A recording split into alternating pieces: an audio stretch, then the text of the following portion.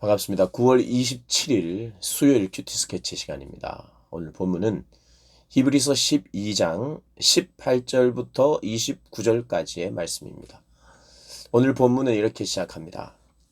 너희는 만질 수 있고 불이 붙는 산과 침침함과 흑암과 폭풍과 나팔 소리와 말하는 소리가 있는 곳에 이르는 것이 아니라 그 소리를 듣는 자들은 더 말씀하지 아니하시기를 구하였으니 이는 짐승이라도 그 산에 들어가면 돌로 침을 당하리라 하신 명령을 그들이 견디지 못함이로다.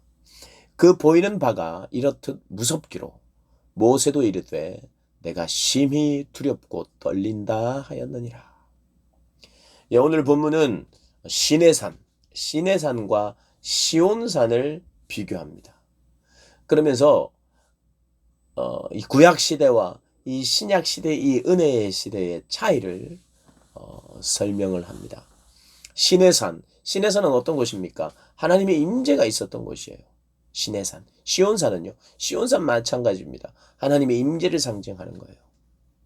근데 이제 여기 보면 시내산은 하나님의 임재의 장엄함, 두렵고 떨림, 흑암과 폭풍, 불이 붙는 산, 나팔 소리, 하나님의 장엄한 임재가 있습니다. 그런데 이곳의 특징 중에 하나는 감히 하나님 앞에 나아갈 수 없을 만큼 두려워서 하나님 나갈 수 없어요. 두려워가지고. 하나님의 임재가 이렇게 장엄하지만 두려워서 모세조차도 두렵고 심히 떨려한 곳이다 이 말이에요. 뭐 그곳에 하나님이 임재해 계셨기 때문에 하나님의 임재가 잘못되었거나 뭐 그런 걸 말하는 것이 아니에요. 그때는 뭐 안 좋은 임재다 이런 걸 말하는 게 아니에요. 그때는 그랬다는 거예요. 그런데 22절에 그러나 너희가 이른 곳은 시온산과 살아계신 하나님의 도성인 하늘의 예루살렘과 천만 천사와 하늘에 기록된 장자들의 모임과 교회와 만민의 심판자이신 하나님과 및 온전하게 된 의인들의 영들과 새 언약의 중보이신 예수와 및 아벨의 피보다 더 나은 것을 말하는 뿌린 피니라. 너희가 이룬 곳은 시온산과, 여기 시온은 이제 예루살렘 성이 있는 곳 시온산이라고 그래요. 상징적으로 시온산 하면 구원의 산입니다.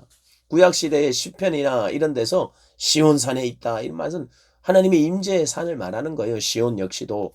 그런데 이것은 하늘의 예루살렘과 같은 거예요. 새 하늘, 그러니까 새로운 시대, 하나님과의 새로운 만남을 허락하여 주신 예수 그리스도의 죽음으로 말미암아 그분의 죽음과 부활로 말미암아 이 땅에서의 성소와 지성소 사이를 치고 있었던 휘장이 찢겨서 하나님의 거룩한 임재가 이런 금방 설명한 대로 하늘의 예루살렘 천만 천사 장자들의 모임 교회 이런 모든 곳이 있는 곳, 하나님의 임재가 있는 곳, 이곳이 지금 우리가 이룬 곳이라는 거예요. 그러니까 구약 시대보다 더 영광스러운 곳에 이렇게 이르렀다는 거예요. 시온산, 즉 하나님의 나라는 중보자 예수의 언약의 피가 있는 곳, 그리고 구원받은 성도들과 축제를 벌이는 곳, 천사들이 함께 있는 공동체, 여기에서 하나님의 보좌 앞에 담대히 나아가서 그분과 교제하며 즐거워할 수 있다는 거예요.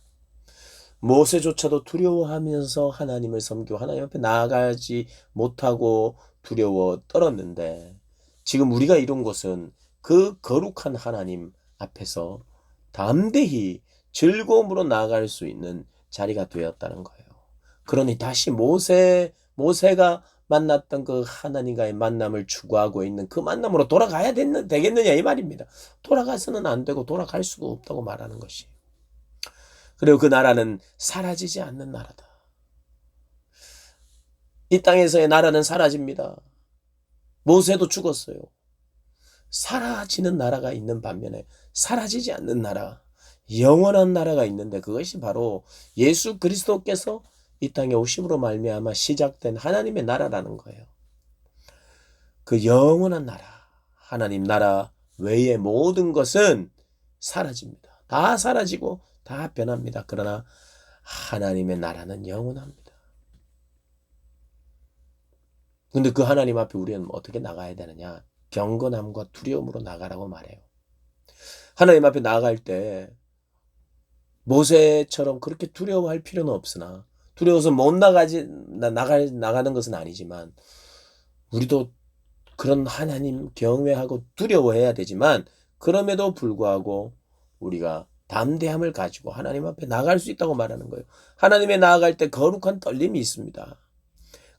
거룩한 떨림이 있어야 건강한 정서, 신앙의 정서를 가진 사람들이 하나님 앞에 이제 내가 함부로 들어갈 수 있는 그런 게 아니에요. 하나님이 그런 만남의 길을 열어놓으셨지만 우리가 두렵고 떨림으로 그분 앞에 나아가는 것이죠.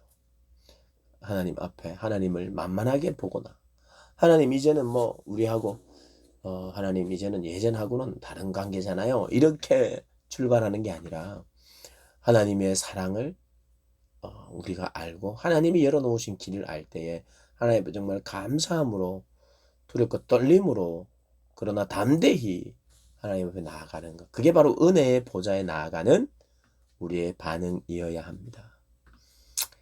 그 은혜는 책임 있는 반응을 그래서 동반합니다. 책임 있는 반응. 자, 내가 은혜 받았으니까, 이건 공짜로 받았으니까 막 살아도 된다, 이렇게 나올 수가 없어요. 은혜를 받았기 때문에 내가 막 살 수 없는 거예요. 내 삶이 소중한 거예요. 하나님 때문에. 삶을 낭비하고 싶지 않은 거죠. 하나님 때문에. 하나님이 값 주고 사셨기 때문에. 우리는 값을 내지 않아도 됩니다만 하나님은 피값으로 사셨잖아요. 하나님의 교회를 피값으로 사셨다는 말이 무슨 말입니까? 하나님의 피값으로 우리를 샀다는 거예요. 우리가 교회 되었고.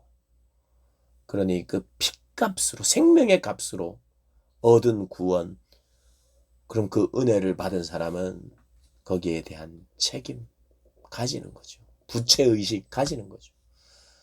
내가 그 은혜를 다 갚아야 될 의무는 없습니다만 부채의식을 가지고 하나님 앞에 그렇게 감사함으로 또 겸손함으로, 그러나 담대함으로, 또 즐거움으로 나아가는 것이 우리가 나가야 될 삶의 자리입니다. 그렇게 하나님 앞에 나아가는 저와 여러분 되시기를 주님의 이름으로 축복합니다.